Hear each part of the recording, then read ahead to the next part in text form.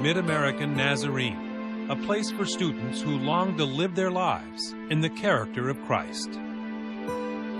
And yet it is here in this peaceful place that the seeds of betrayal are sown. It is here that violence rips through a marriage and then a town, leaving behind a blood-soaked crime scene and a mystery that will take 22 years to solve. But that was murder, and to begin with murder is to jump ahead. This is a tale that starts with love. It was a doe-eyed beauty, Melinda Lambert, who stole the heart of young David Harmon at a Nazarene Christian youth camp in 1973. David's father remembers. I felt that David had met the right girl. She was vivacious, she was full of life, just outgoing. Soon after, Melinda and David were married. The two began a simple, quiet life, David working at the local bank and Melinda in the dean's office of Mid-American Nazarene. Their social lives revolved around the church, and those who know them are struck by David's devotion to Melinda. Kevin Jakubowski was David's close friend. I think he kind of idolized her. I don't know. That's the only way I know how to put it. I think he really, really was enamored and in love with his wife. I really believe that. But soon, Melinda meets a new friend at work, a younger, extremely charismatic student leader, Mark Mangelsdorf.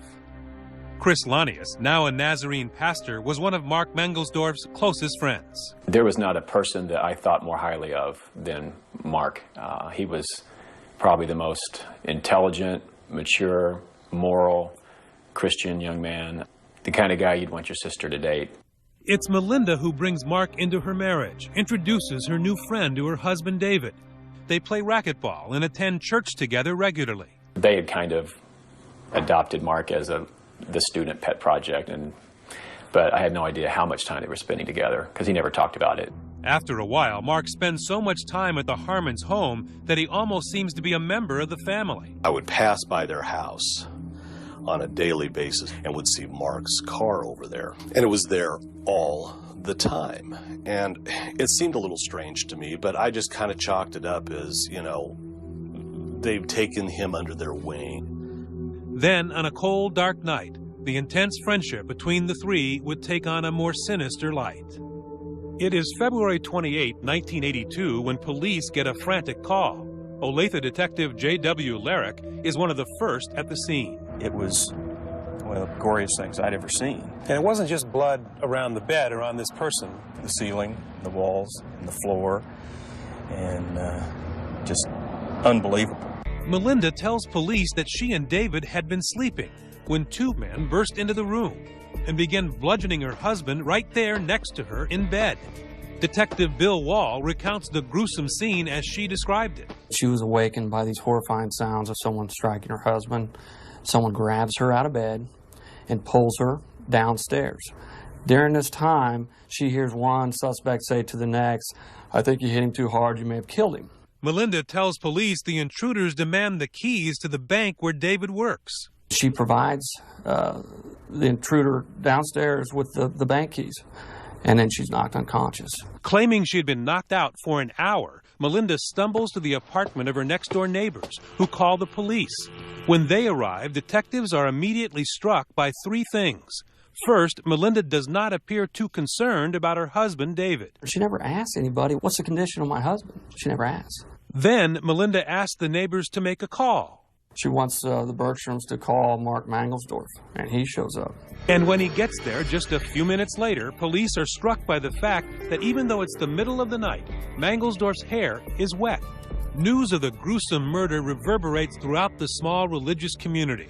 Kevin Jakubowski hears about his friend's death in church the next morning. I thought, I'm going to get through this. And I just fell apart.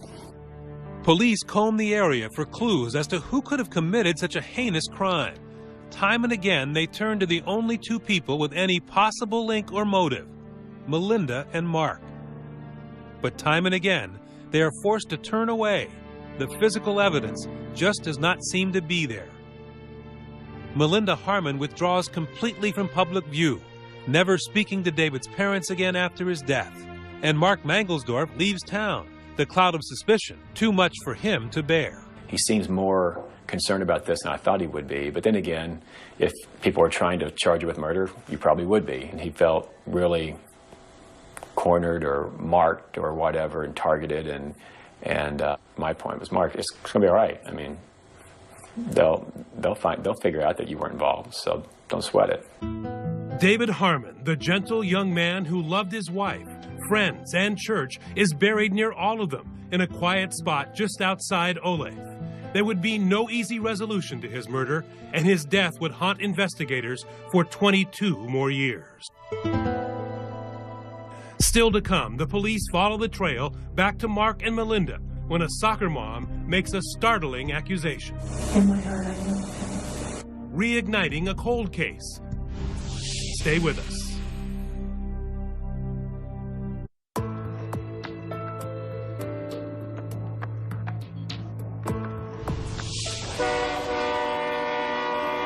It has been 23 years since David Harmon died at home in his bed, beaten beyond recognition, a victim of a crime so heinous it is difficult to fathom.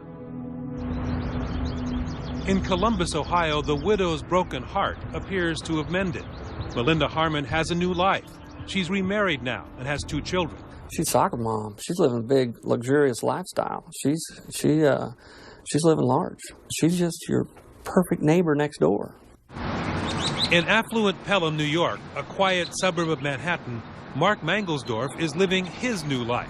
A married father of 4, successful corporate executive, owner of $1 million home, and a graduate of Harvard Business School. But far away, out on the Kansas plain, Olathe police never forgot their most notorious unsolved case. Johnson County District Attorney Paul Morrison. I think this case was sort of an open wound to this community of Olathe. It was a very, very brutal homicide. It was a senseless murder of a young man that had a lot going for him. Very religious, responsible, good guy. Police have always suspected Melinda and Mark, but for 2 decades, no arrests have been made. But in 2001, the Johnson County Crime Lab offers to run modern DNA tests on cold cases. The police immediately picked the Harmon case.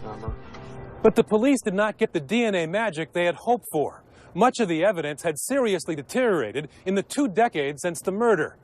Despite a battery of tests, there still was no conclusive physical evidence tying Mark and Melinda to the murder. So the police decided to try something else. We needed a break. We needed someone to start talking. Olathe police decide to make a trip to this Tony Columbus, Ohio suburb, hoping, but never really believing, that Melinda Harmon will talk. She answers the door in her bathrobe. And we're kind of thanking each other, you know, hell, she's going to come down the steps here and tell us to take a hike, but she doesn't. She invites us into her kitchen. The detectives tell Melinda they're investigating new evidence in her husband's murder, hinting that DNA has given new clues. The police are stunned when she decides to talk about it.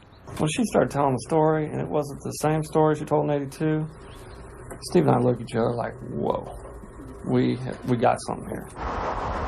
Police invite Melinda down to the station, and again they're surprised when she agrees to come. It is here that the mystery begins to unravel. Melinda makes her biggest mistake. She talks. Like I told you, the life could be different. We weren't married. Maybe we'd end up together, attracted to you, that sort of thing. And talks some more, finally admitting that her close friendship with Mark Mangelsdorf might have been inappropriate. And you would say, well, Mark, I'm flattered. I'm very flattered, and I was. What Melinda says next implicates her and Mark Mangelsdorf. In my heart, I know. But what you're telling me is, you didn't see his face, and you didn't hear his voice. Right. You saw a shape that matched him. And in your heart, you knew it was him. You actually got a chance to see that videotape. Right. I told him, I said, here's our toehold that we need. Police now believe they have enough to charge someone with murder. But it's not Mark. To her surprise, it's Melinda. She had put herself at the scene of the crime. The defendant has been charged with the crimes of first-degree murder and conspiracy to commit first-degree murder. The defendant pleads not guilty to both charges. On April 13, 2005, Melinda Harmon goes on trial. About 2:33 a.m., David Harmon was beaten to death in his bed. The prosecution leads off with the noises in the night, a murder so loud it woke the neighbors. They heard this jarring, thumping set of sounds in a sequence that lasted less than a minute, several of them. So jarring, so loud, that it woke them both up from a dead sleep. And then there's silence. For an hour, no screams, no cries for help from Melinda. In fact, key witnesses dispute Melinda's claim that she was knocked out that entire time. I would expect them to have amnesia both before being knocked out and afterwards, and not being able to remember how they were knocked out. During that hour, prosecutors believe someone had time to clean up. The very top of the shower curtain tested negative for blood. As I proceeded down towards the bottom of the curtain, they became stronger. The strongest positive reaction for the benzene test was obtained at the very bottom of the shower curtain, near the hem where it's turned up and sewed. But the real key to the case was not physical evidence. There was very little. No real physical evidence. No real physical evidence. Basically, motive and a story that stung. But what detectives did find could be viewed as extremely damning circumstantial evidence. Prosecutors produced love letters cementing the bond between Melinda and Mark. Well, these were just signed either Melinda or love Melinda or I love you, Melinda, that type of thing. Evidence the defense felt it must confront head-on. And in dramatic courtroom theater, to rebut the tales of an illicit relationship, the implications of cover-up and murder over the option of divorce, Melinda's lawyers call Mark Mangelsdorf to the stand. Mangelsdorf testifying while knowing that anything he says can be used to convict him in his own trial. It was a gamble that only a very confident or innocent man can make. Let me be very clear. I was not in love with Melinda Harmon. I did not have a romantic or sexual or physical relationship with her. None of that. Melinda Harmon was my friend. And how about David Harmon? David Harmon was also my friend. Did you kill David Harmon? I did not kill David Harmon. Would it work? Was a face-to-face plea to the jurors enough? In the end, the jury foreman says Mark's gamble, his robotic demeanor and denials that seemed rehearsed, sealed Melinda's fate and may have endangered his own. If you're asleep and you wake up to somebody bludgeoning your spouse to death, would you just lay there? It'd be like something out of a horror movie. You'd say, oh my God, what's going on? That kind of stuff. We all would. After a 2.5-week trial, the jury deliberates for just 12 hours. If you'll hand the verdict form to the bailiff, please. In a crowded Olathe courtroom, the verdict is read. The court will read the verdict of the jury. On count 1, we, the jury, find the defendant guilty of murder. On count 2, we, the jury, find the defendant guilty of conspiracy to commit murder. Out on the Kansas plains, in the small town of Olathe, there is a new sense of freedom. A haunting murder finally solved because of detectives who never gave up and were smart enough to let Melinda Harmon just talk.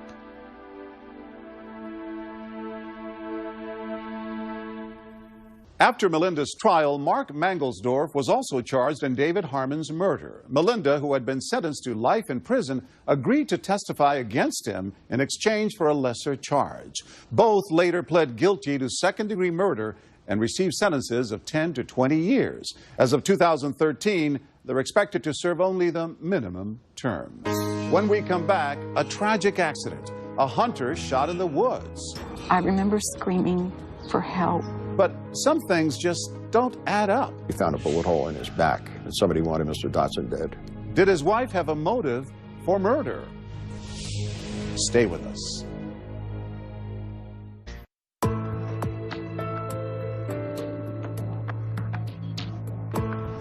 It was supposed to be a romantic getaway in the Colorado Rockies for Janice Dotson and her husband Bruce, until a tragic hunting accident cut his life short.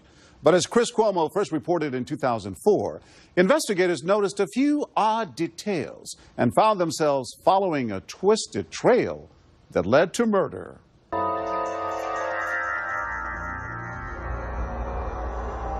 As the sun rises on the second day of hunting season, A horrible scream pierces the Rocky Mountain silence. I saw Orange in the distance, lying on the ground. Janice Dodson runs to Bruce, her husband of just 3 months. He's bleeding, an orange hunting vest at his side. At that moment, I couldn't tell you what I thought had happened to him. He had been shot. Was he conscious when you found him? I remember screaming for help. I'd seen enough death to know when death was there in front of me. Camping nearby is Doug Kyle, a veteran cop who responds to her screams. He goes for a phone, knowing what Janice seems unable to accept. I said, I'm sorry. There's nothing we can do for him. He's gone. Go ahead, sir. There's a man been shot and killed up here? There was a man shot and killed up there? Yes. 48-year-old Bruce Dodson seems like a tragic casualty of the hunting season. 3 months to the day after their marriage, Janice Dodson finds herself a widow. I spent a lot of time being angry with God. I spent a lot of time being angry with Bruce. I spent a lot of time being angry with myself. Friends couldn't believe the news, but what they knew was nothing compared to what they were about to find out. The day after Bruce Dodson was shot, an autopsy revealed he hadn't merely taken a single stray bullet. He'd taken 3. We rolled Mr. Dodson over and we found a bullet hole in his back, which was not consistent with the bullet holes in the vest or the other clothing. District Attorney Investigator Bill Booth is present at the autopsy. What do you now start to believe about this killing? It's a homicide. And somebody wanted Mr. Dodson dead. When you were told this is no accident, this was a homicide, what did you think about how this could have happened? I couldn't believe it, that no one would, first of all, kill someone like Bruce. And then my next thought was that no one deserves to die like that. They were supposed to grow old together. Bruce and Janice worked at the same hospital, she as a nurse, he a lab tech. Janice had been through a rough divorce and calls Bruce her savior. When he told me they were getting married, he was one happy man. Friends say they make a great couple. He's a penny pincher, helping her to put her affairs back in order after her divorce. She is lively and outgoing, introducing him to new things. As a couple, they were happy. They were active, energetic, out doing things, traveling. It's obvious to me that they were having a lot of fun. Maybe right about here when he was first shot. Bill Booth and his partner Dave Martinez were determined to find out who destroyed the happy couple. You have to be able to put the killer in a kill zone. The first puzzle to solve is how Bruce Dodson was gunned down. They turned to the Colorado Bureau of Investigation for forensic analysis of the bullet wounds. The paths those bullets took to the dead man's clothing tell investigators a frightening story. He was walking the fence line. He was walking the fence line, walked about here when the first shot was fired at him. And the first shot ripped through his vest. The bullet misses its mark, piercing Dodson's clothing, but only grazing his skin.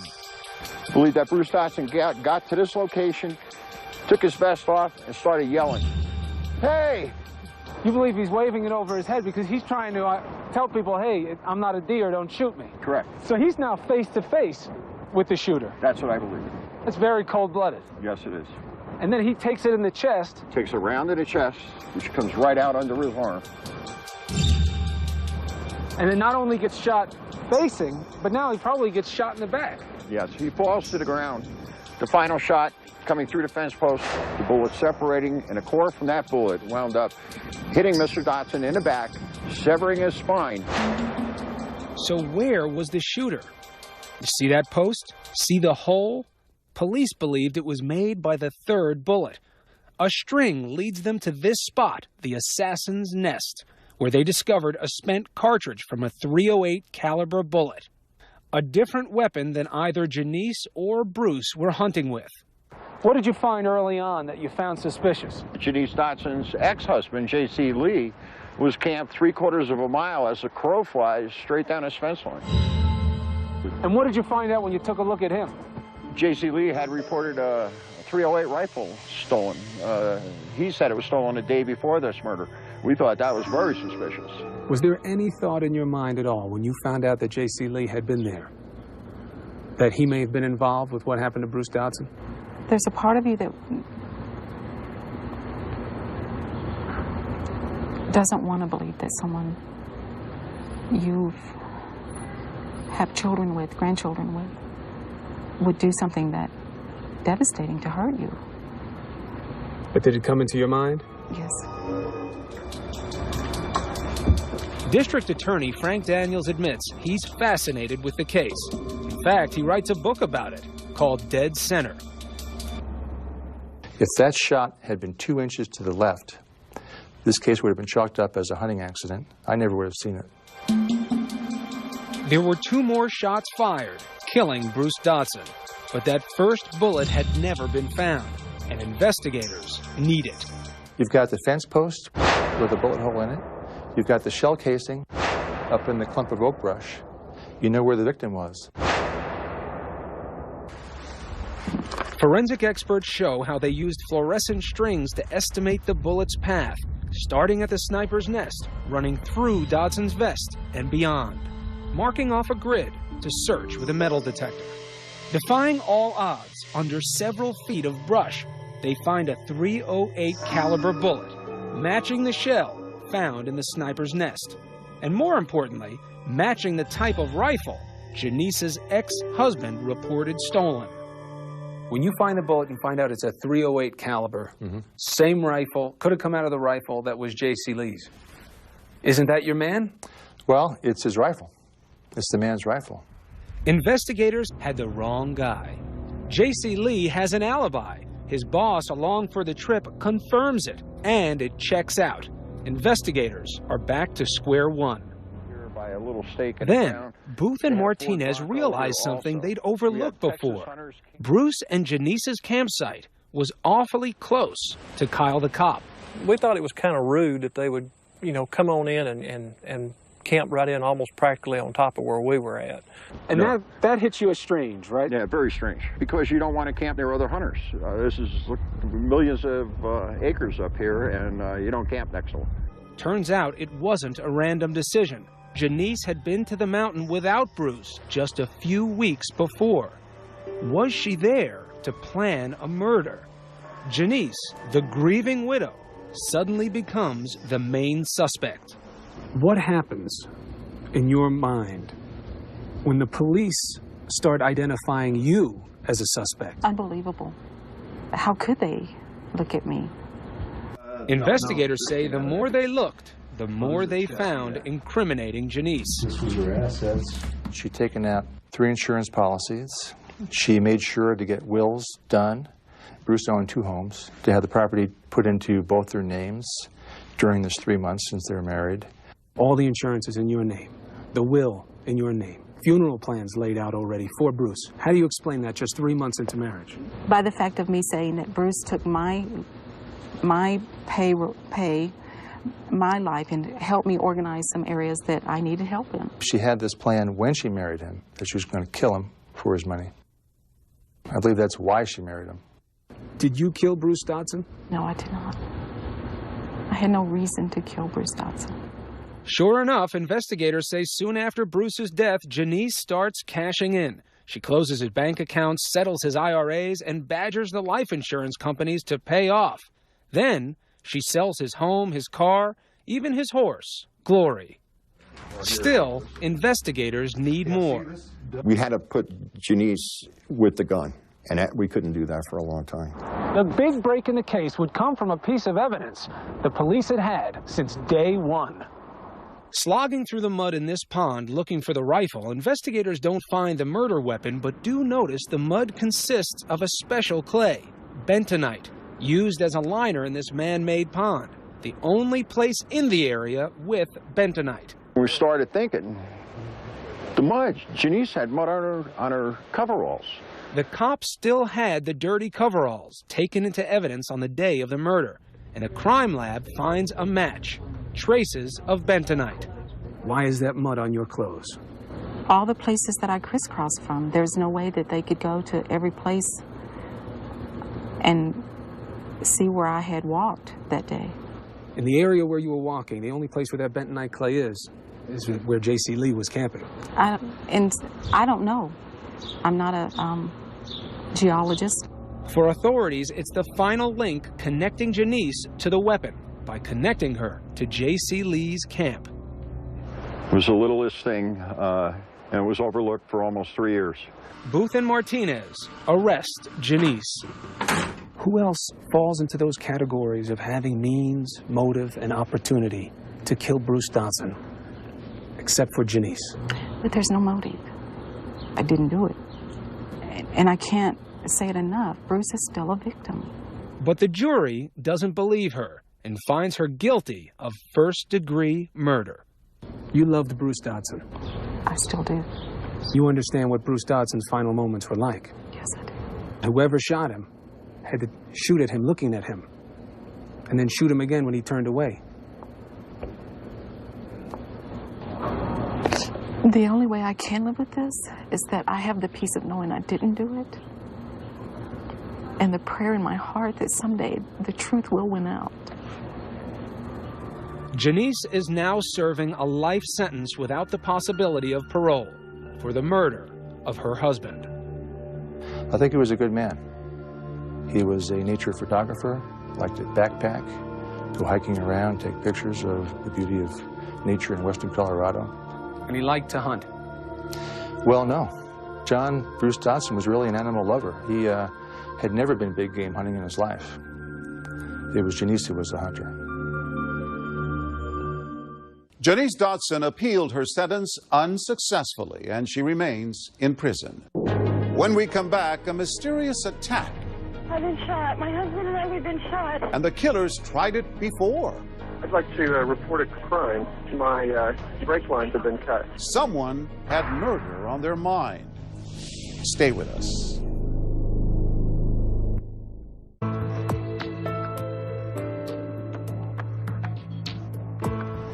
Someone wanted Rob Andrew dead, and he thought he knew who it was. But that wasn't enough to save him.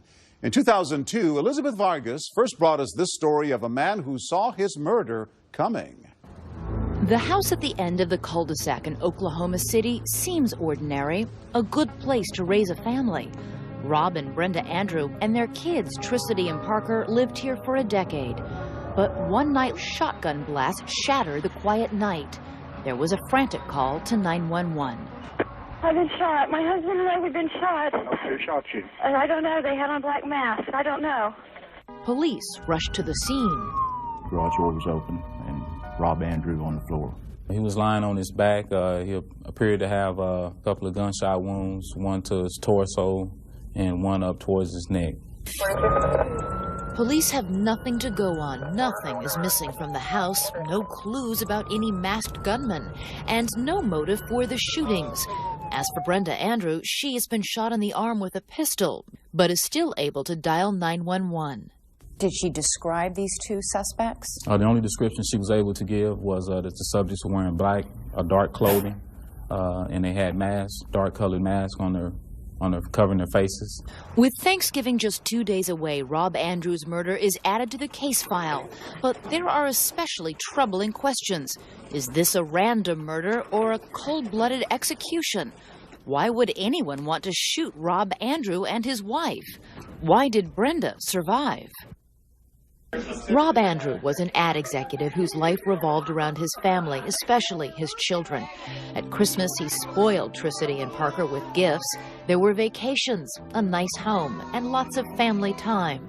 Here, Tricity's learning to ride a bicycle. Parker loved to drive his toy car. What a crash!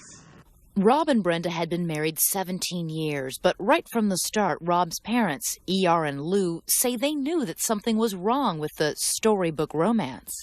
Right after the honeymoon, he said, she told him she wished they hadn't got married, or it wasn't the right thing to do. Or From the very start? Yeah. Well, why would she marry him if she... I don't know. Rob was more affectionate toward Brenda than Brenda was toward Rob, which made for an unbalanced marriage. Ronnie Stump was Rob's best friend.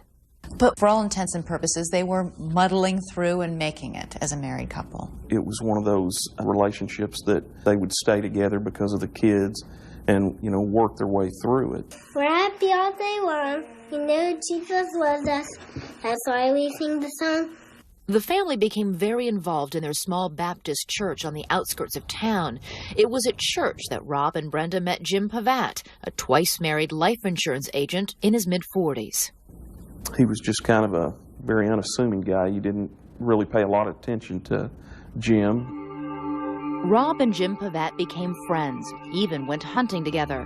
At the same time, Pavat and Brenda started teaching Sunday school together. And then they suggested to Rob that he change his life insurance policy and that Pavat, their new friend, would write it. The next policy that Jim and Brenda got him to write was $800,000. Naming Brenda as the chief and sole beneficiary. That's correct. By summer, people were talking. Jim Pavat and Brenda seemed to be spending a great deal of time together. Several couples had spotted Brenda and Jim out eating lunch together. Another couple had seen Brenda and Jim getting way too close after church one night. Friends say Rob had heard too much. He accused Brenda and Jim of having an affair. She denied it, but very quickly the marriage fell apart. We went out to dinner with them, and all four of them, and we had a real good time right here in Oklahoma City. And the next day is when she took the keys away from him and told him to leave.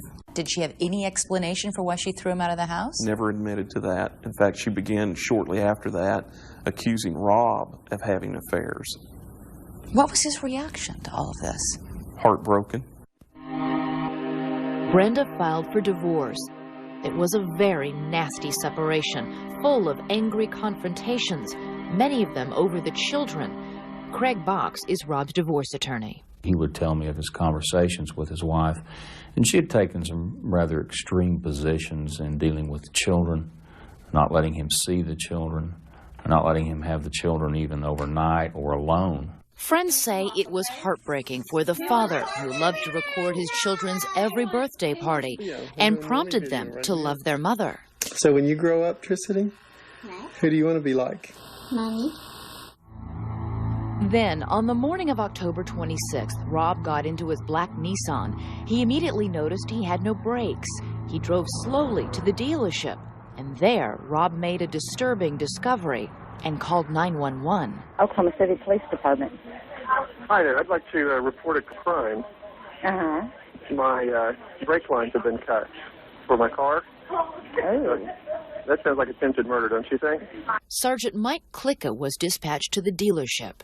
I looked at the brake lines on the front tires, and they had one small slit on each front brake line. He said that he believed that his wife and her boyfriend were responsible for cutting the brake lines. He called me right after that, and I could tell he was shaken. He was, you could tell in his voice, he was scared. Rob rented a car and at his office picked up an urgent voicemail message. Mr. Andrew, please come to Women Regional Hospital. Your family's here. Women Regional Hospital. He raced to the hospital, but it's a hoax. His family wasn't there.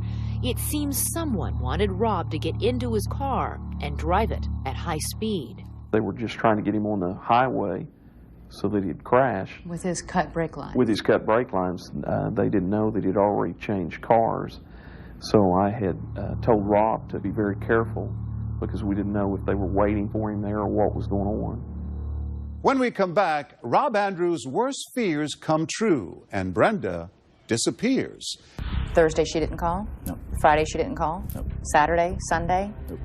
And were Rob Andrews' last words a clue to his killers? I heard what I believe was the garage door coming up. He said, I'm going to have to let you go. They're coming out. Stay with us.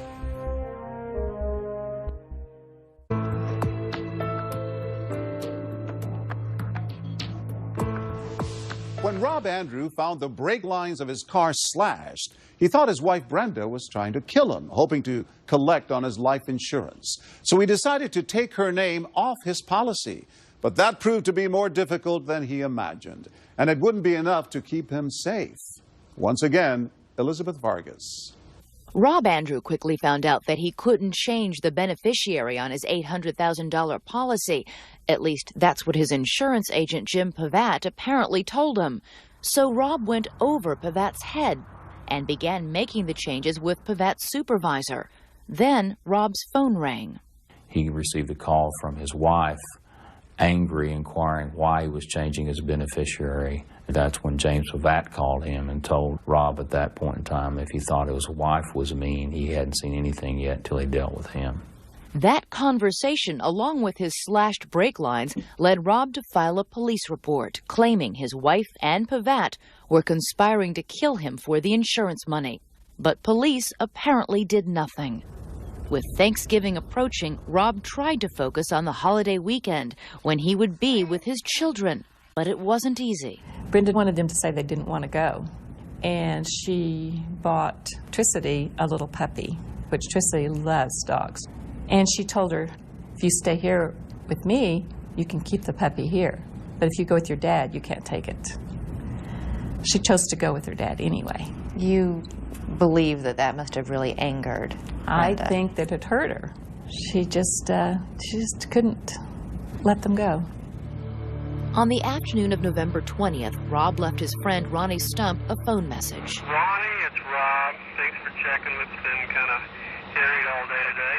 I am on my way to pick up my children and play with them for a long weekend. So give me a call if you get a minute. Thanks. Bye.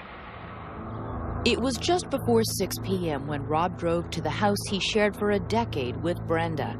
He waited in the driveway for the children. He again called Ronnie on his cell phone. The two spoke for a few minutes, and then I heard what I believe was the garage door coming up.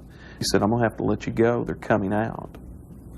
And that was the last I heard from him. Rob then apparently stepped out of his car and into the garage. Moments later, someone with a 16-gauge shotgun opened fire, hitting Rob in the neck and torso. Brenda, shot once in the arm, that's the bullet hole in the door, went back into the house where the children were and called police. 911. Hi. I've been shot. My husband and I, we've been shot. Okay, calm down, ma'am. Who shot you? They, I don't know. They had on black masks. I don't know. Where's your husband shot? I don't know. It looks like his shirt. It's all ripped. Oh my God. Oh God. Oh God. Oh God. Ronnie rushed to the house. You told him everything that night, the detective, on the scene? You told him that everything that I knew about the cut brake lines, the bad divorce, the fighting, the tension, the insurance policy, the threats and everything. I shared that with the detective that night. Gary Damron and Roland Garrett are the lead detectives on the case. She was a victim and a witness. Victim first, witness second. You did know that Rob, in fact, was afraid for his life. He'd filed 2 police reports saying, I think my wife is trying to kill me. Why didn't you look at her with more suspicion? We looked at her with suspicion, but we still, upon investigating the crime scene and the incident just after it happened, we did not have enough probable cause to place her under arrest. To me, it was blatant. It was obvious that these are the people that took this man's life, and nobody was doing anything about it. Investigators met briefly again with Brenda the next day, the day before Thanksgiving. She said she would call to set up a formal interview. Did she call? No, she didn't call. Thursday she didn't call? No. Friday she didn't call? Nope. Saturday? Sunday? Nope. Did you call her? Nope. Did you try and talk to Jim Pavat? We tried to contact him. Wasn't able to make any contact. Nonetheless, police apparently were not worried about where Brenda and the children were. They had told us that they would be back after the holiday and would proceed with the investigation. E.R. Andrew is Rob's father. We were concerned, but they assured us that they had a surveillance. They knew where they were. In fact, police admit Brenda wasn't under surveillance. No one was watching her throughout the entire Thanksgiving holiday weekend, right up until Monday morning, when she and her 2 children failed to show up for Rob's funeral. You thought they were fugitives? Yes, right from the minute I heard that. But police were still not convinced that Brenda was on the run. You didn't think a mother of 2 was going to flee the country or flee the city or flee the state? No, I didn't. The detectives were wrong. It would be 3 days before